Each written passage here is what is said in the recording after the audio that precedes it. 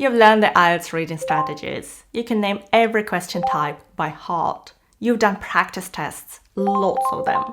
And yet your score stays stuck around a band 5.5 to 6.5. That's what happens when you hit the IELTS reading plateau, the stage where progress seems to stop, even though you're still studying. But there is a way through, and I'll show you 5 techniques to reach a band 7, 8, or even 9, and they never fail if used right. But first, to break through this plateau, we need to understand why it happens in the first place. This is something almost every language learner experiences, and more widely it's called the language learning plateau. At the beginning of learning English, progress feels fast. Every new word, every grammar rule, every practice test gives you a visible result. You can literally feel yourself getting better week by week.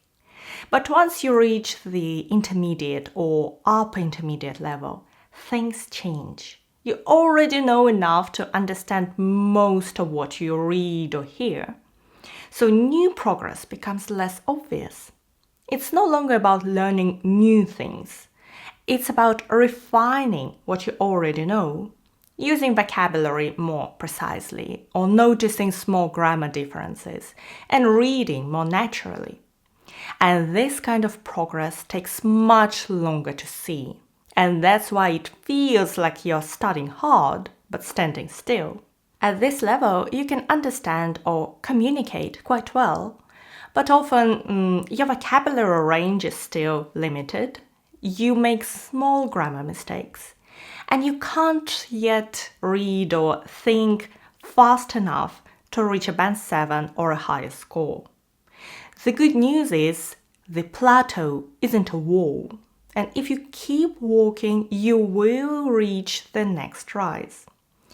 So here are the 5 things to break through this plateau and achieve a higher score. One of the hardest things about this plateau is that you might not feel any improvement even though it's happening. It's like growing up. When you see yourself in the mirror every day, you don't notice the change. But remember at school, when you met your classmates after a long summer break and you suddenly realized everyone was taller, older, different. IELTS is the same. Progress doesn't always show up in your band score right away, but it's there. So instead of measuring success by whether you answered more questions correctly than last week, measure progress by small, consistent actions. For example, I've read an article in English every day for a month. I've been learning 5 new words from each article. Those are real signs of progress. Because your score doesn't rise from one big jump. It rises from 100 micro improvements that add up. When you track performance, you stay motivated even when you can't see the results yet. And here is the crucial part. To move past a band 6.5, you need to start thinking in English, not translating in your head. And the key to achieve this is natural input. What this means is you need to surround yourself with English. And don't worry, you don't have to move anywhere. You can get more exposure at home. Start changing small everyday things. Ask questions to ChatGPT in English. Watch your favorite TV shows in English. If you're cooking dinner, listen to an English podcast. These small moments add up. And you start to notice how words are used in real life, how sentences feel rather than just how they're structured. And that's when English stops being something you study. It becomes something you live in. And once that happens, you notice you're understanding more without effort. And this is extremely valuable in IELTS reading, where a lot depends on how deeply you can understand English. I have an unexpected question for you. How many push-ups can you do in 1 minute? Maybe a lot, maybe none. No judgment. But you wouldn't expect to be great at them if you never did them, right? That's exactly the same with reading. You can't expect to be fast and confident in IELTS reading if you only ever read during IELTS practice tests. To build that strength, you need to train your reading muscles by regular reading practice, not under exam pressure, in real life. Pick a book you enjoy. It doesn't have to be academic, it just needs to hold your attention. Ideally, choose a book with 5 to 7 new words per page. That's your sweet spot. And here is the key: read for pleasure. Ignore unfamiliar words and just keep reading. I know in English we are always taught to translate every word, but this means you never train your reading speed, a key part of IELTS reading. And if you start doing that, over time, your brain starts recognizing patterns faster, your eyes move more smoothly across the text. And that's exactly what helps you finish all 3 IELTS reading passages on time. So think of this as your daily reading workout. 10 minutes a day is enough to keep your reading muscles growing stronger. But IELTS passages are probably a bit harder than your favorite book. And that's when the next skill comes in: deep comprehension. IELTS reading isn't about whether you generally understand a text. It's about how efficiently you can extract precise information, track ideas across paragraphs, and understand someone's opinions under a lot of pressure. So here is something powerful you can do to train this skill. Take a text similar to an IELTS passage and read it without any time limit.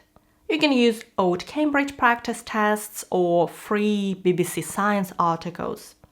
Don't rush. Read as if you're trying to understand every idea, every connection. Look for words you didn't fully get.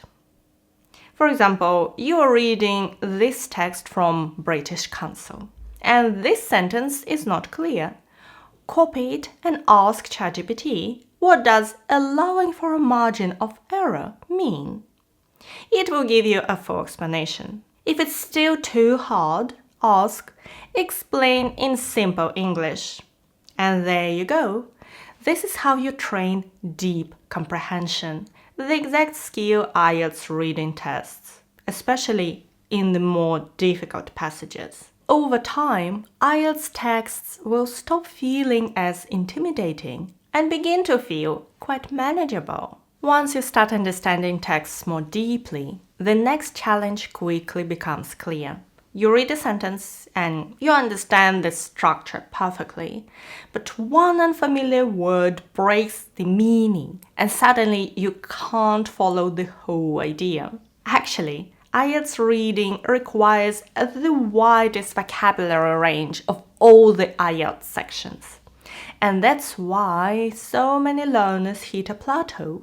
They already know all the everyday words, but not the ones that appear in academic or topic-specific texts. At this stage, you need more precise words. It's time to go deep, not wide. So start building something called topic-based vocabulary clusters. Basically, these are just groups of related words that often appear together. They may look like this: environment, ecosystem, conservation, biodiversity, pollution, renewable, education, and so on.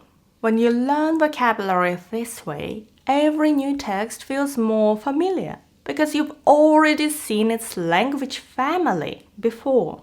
Here is a simple system.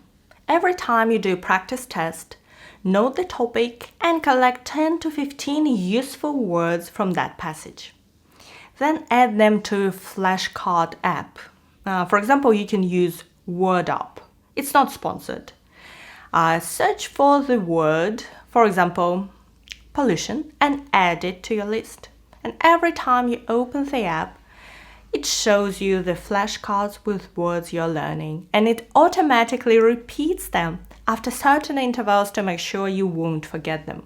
So, if your score has been stuck for months, remember, the problem isn't that you've stopped learning, it's that you've reached the stage where learning looks slower. But the progress you make now builds the strongest results later. And everyone who gets to band 7 or 8 passes through this phase. And so will you. But if you haven't yet mastered IELTS reading skills and benefited from all the quick improvements, watch this video now. And thank you so much for watching me today. Good luck with your preparation and your exam. Bye!